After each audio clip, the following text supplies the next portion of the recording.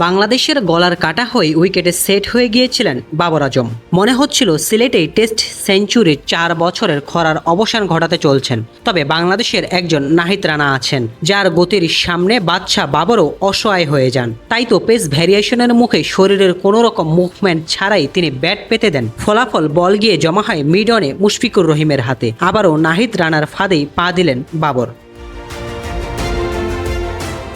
এর আগে পর্যন্ত বেশ বাদশাহী মেজাজেই খেলেছেন বাবর। দলের দুঃসময়ে ক্রিজে আসেন। 23 রানে তখন 2 ওপেনার ফিরে গেছেন সাজঘরে। বাবর কাউন্টার অ্যাটাক করে রান বের করছেন। 68 রানের ইনিংস খেলেন। 10টি বাউন্ডারির এই ইনিংসের স্ট্রাইক রেট 80-র ওপরে। ওয়ানডেতেও তিনি এমন স্ট্রাইক রেটে ব্যাট করেন, মনে হচ্ছিল সেঞ্চুরি হয়েই যাবে। কিন্তু বাবর হয়তো ভুলেই গিয়েছিলেন পেশোয়ার জালমিতে তার হয়েই পিএসএল ট্রফি জেতা নাহিদ রানা খেলেন বাংলাদেশের হয়ে।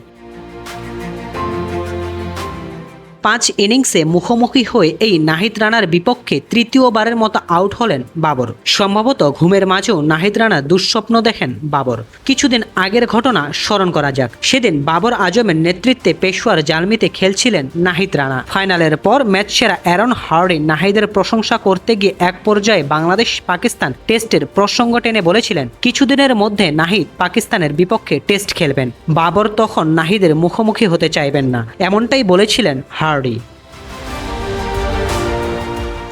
কথাটা যে অর্থে বলে থাকুক না কেন অস্ট্রেলিয়ান ক্রিকেটার, বাবর হয়তো ভবিষ্যতে আসলে এই নাহিদকে ফেস করতে চাইবেন না। মুখোমুখি হলেই যে বিপদ। সিলেট টেস্টের দ্বিতীয় দিনে ঠিকই বাবর আজম আউট হয়েছেন। মিডল স্টাম্পের বল ফ্লিক করতে গিয়ে ক্যাচ দিয়েছেন মিড অনে মুশফিকুর রহিমের হাতে। নাহিদের বলে বাবর আউট। 4 ইনিংসে এমনটা ঘটল 3 বার। সিলেট টেস্টের আগে বাবর নাহিদ প্রথমবার মুখোমুখি হয়েছিল 2024 সালে। সেবার বাংলাদেশ 2 টেস্টই খেলেছিল রাওয়ালপিন্ডিতে। প্রথম টেস্টের প্রথম ইনিংসে অবশ্য বাবরকে বোলিং করার সুযোগ পাননি নাহিদ। শরীফুল ইসলামের দ্বিতীয় বলে 0 রানে আউট হয়েছিলেন তিনি। নাহিদের সাথে বাবরের প্রথম দেখা হয় দ্বিতীয় ইনিংসে। সেই ইনিংসে একটি উইকেট পেয়েছিলেন নাহিদ। এরপর দ্বিতীয় টেস্টের দ্বিতীয় ইনিংসে আবারও বাবরকে ফিরিয়ে দেন নাহিদ। সেবার এই পাকিস্তানি ব্যাটার করতে পেরেছিলেন মাত্র 11 রান। সেই সিরিজে নাহিদ রানা 24টি বলে করতে পেরেছিলেন তাকে, তাতেই আউট হয়েছেন 2 বার। সিলেট টেস্টে আউট হওয়ার আগে নাহিদ রানার 15 বল খেলেছেন বাবর। 15তম বলে তা আউট হয়েই গিয়েছিলেন। এর আগে 14 বলে নিতে পেরেছেন মাত্র 9 রান। বাউন্ডারি মেরেছেন 1টি। 3 বার আউট হয়েছেন বাবর। এই 39 বলের 26টিতে কোনো রান নিতে পারেননি তিনি। বাকি 13 বলে বাউন্ডারি নিতে পেরেছেন 3টি। রান করেছেন 22।